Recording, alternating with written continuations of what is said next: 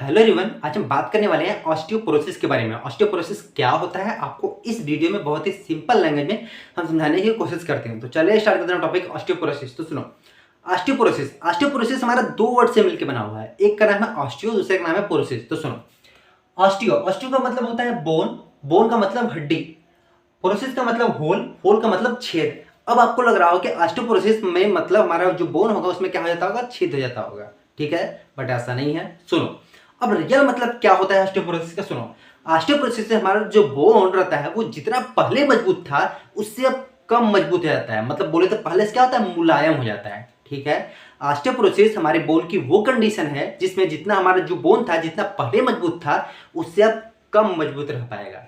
नया आपका ऑस्टियोपोरोसिस क्या मतलब होगा। ठीक है, अब आपके दिमाग में ये क्वेश्चन बन रहा होगा कि हमारा बोन पहले तो बहुत हार्ड था, उससे अब क्या हो गया, कम हो गया, और इसको बोले हम ऑस्टियोपोरोसिस। तो आपके दिमाग में ये क्वेश्चन बनता होगा कि ये हमारा बोन कमजोर कैसे हो गया। ठीक है, पहले जितना मजबूत था उससे ये कमजोर कैसे हो गया। तो सुनो, इसका रीजन क्या है। अब सुनो, जो मैं बोल रहा हूँ उसको बड़े ध्यान से सुनना।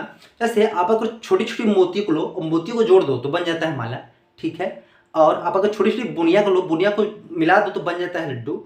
ठीक इसी प्रकार आप ढेर सारे ऑस्टियोसाइड्स को मिलाते जाओ तो बनता है बोन। मतलब बोले तो ढेर सारे ऑस्टियोसाइड्स को मिलाने से क्या बन जाता है, बोन। उसको बोलते हैं बोन सेल। ठीक है, हमारा क्या है, ऑस्टियोसाइड्स, बोन सेल। ढेर सारे ऑस्टियोसाइड्स को मिला तो क्या बन गया, बोन सेल। अब जो हमारा ये ऑस्टियोसाइड्स है ये भी दो प्रकार के सेल से मिलकर बना होता है। एक का नाम है ऑस्टियोब्लास्ट और दूसरे का नाम है ऑस्टियोक्लास्ट। ठीक है, ऑस्टियोब्लास्ट को हम मतलब बोले तो हड्डी बनाने वाला सेल कहते हैं। ठीक है, और ऑस्टियोक्लास्ट को हम हड्डी को खाने वाले सेल के नाम से भी जानते हैं। ठीक है, अब इसका और इसका क्या मतलब है, सुनो। ऑस्टियोब्लास्ट क्या करता है, हड्डी को बनाता है। ठीक है, क्या होता है, कभी कभी जो ऑस्टियोब्लास्ट है जितना जो हड्डी बनाना उससे कहीं ज्यादा बना देता है। कभी पता चले ये वाली हड्डी ऐसे बनानी थी और एक हड्डी थोड़ा सा ऐसा भी निकाल दिया, तो ये जो एक्स्ट्रा हड्डी निकल गई वो हमारे लिए क्या है, दिक्कत क्रिएट करेगी।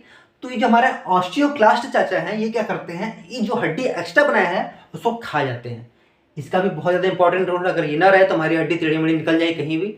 ठीक है, तो ये होता है हमारा ऑस्टियोक्लास्ट, ये होता है हमारा ऑस्टियोब्लास्ट का काम। ऑस्टियोब्लास्ट क्या करता है, उस हड्डी को बनाता है, और ऑस्टियोक्लास्ट क्या करता है, जो एक्स्ट्रा हड्डी बन गई उसको क्या करता है, खा जाता है। ठीक है, ये काम है ऑस्टियोब्लास्ट, ये होता है ऑस्टियोक्लास्ट। अब ऑस्टियोपोरोसिस में क्या होता है, ऑस्टियोपोरोसिस में जो ऑस्टियोब्लास्ट है इसका लेवल कम हो जाता है। ठीक है, और जो हमारा ये ऑस्टियोक्लास्ट है इसका लेवल क्या होता है, बढ़ जाता है। ठीक है, सुनो, अब इसका लेवल क्या हो, घट गया। मतलब बनाना, जो बोन बना रहा था उसका लेवल क्या हो गया, घट गया। और जो ऑस्टियोक्लास्ट था जो उसको खा रहा था उसका लेवल क्या हो गया, बढ़ गया। ठीक, किसमें होता है ये, ऑस्टियोपोरोसिस में।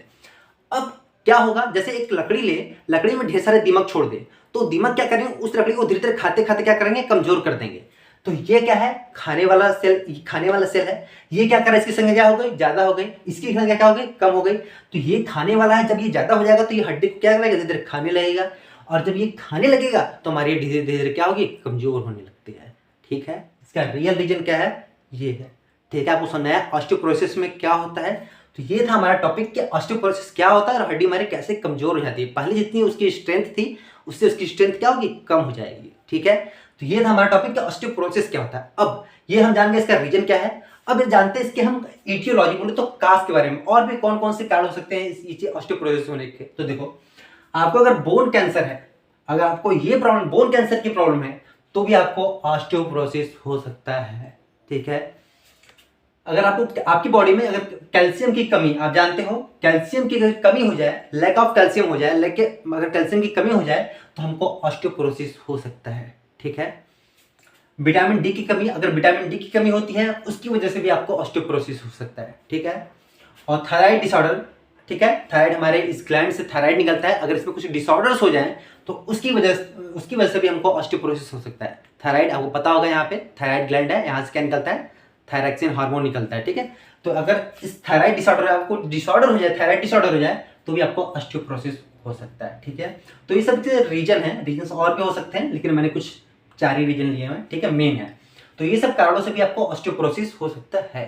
अब हम इसका इटियोलॉजी जान गए, अब इसका हम जानते हैं साइन एंड सिम्टम्स, लक्षण जानते हैं, कैसे पहचाने हैं कि हमको ऑस्टियोपोरोसिस हो गया है। तो सुनो, ऑस्टियोपोरोसिस, पहला बैक पेन, आपको जो बैक साइड होगा उसमें क्या होने लगेगा, पेन होने लगेगा। ठीक है, क्या होने लगेगा, पेन होने लगेगा ऐसे ऐसे, पहला। दूसरा लॉस ऑफ वेट, जैसे जैसे समय बीतेगा आपका जो वेट होगा वो धीरे धीरे क्या होगा, कम होने लगेगा। ठीक है, जैसे जैसे समय बढ़ेगा वैसे वैसे आपका वेट क्या होगा, कम होने लगता है। ठीक है। Third, bad posture. पॉस्चर का मतलब पहले समझो। पॉस्चर का मतलब कि हम कैसे खड़े हैं। सिंपल शब्दों में बताऊं तो आपका जो पोजीशन कैसा है। देखो हम इसमें एकदम टाइट खड़े हैं, और जब हमको ये ऑस्टियोपोरोसिस हो जाएगा तो हमारी बॉडी थोड़ा सा ऐसे झूल जाएगी। बोले तो हमारे जो बोन्स है एकदम मुलायम हो जाएंगे, थोड़ा सा सिकुड़ जाएगा, मतलब ऐसे ऐसे चलने लगेंगे। ठीक है, तो ये होता है ऑस्टियोपोरोसिस। जो हमारा ये बैड पॉस्चर, मतलब हमारा जो पॉस्चर, जो खड़े रहने की स्थिति है वो ऐसे न रहकर अब ऐसे हो जाएगी, थोड़ा सा ऐसे झुक के चलने लगेंगे। ठीक है, तो ये सब और भी चीज़ें हैं। आपको बहुत जल्दी थकावट महसूस होने लगेगा। जितना चल पाते थे उससे क्या होगा, कम चल पाओगे। ये समस्या आमतौर पर 60 साल के बाद होती है, बोल तो ओल्ड एज में होती है। ठीक है, तो ये था हमारा टॉपिक कि क्या होता है ऑस्टियोपोरोसिस। फिर हमने जाना इसका इटियोलॉजी क्या होता है, इसका होता है साइन एंड सिम्टम्स जाना। तो ये था हमारा एक टॉपिक कि ऑस्टियोपोरोसिस क्या होता है। आई थिंक आपको समझ में आ गया होगा, काफ़ी आसान है, बहुत आसान है। ठीक है, मिलते हैं आपसे नेक्स्ट वीडियो में, तब तक के लिए जय हिंद।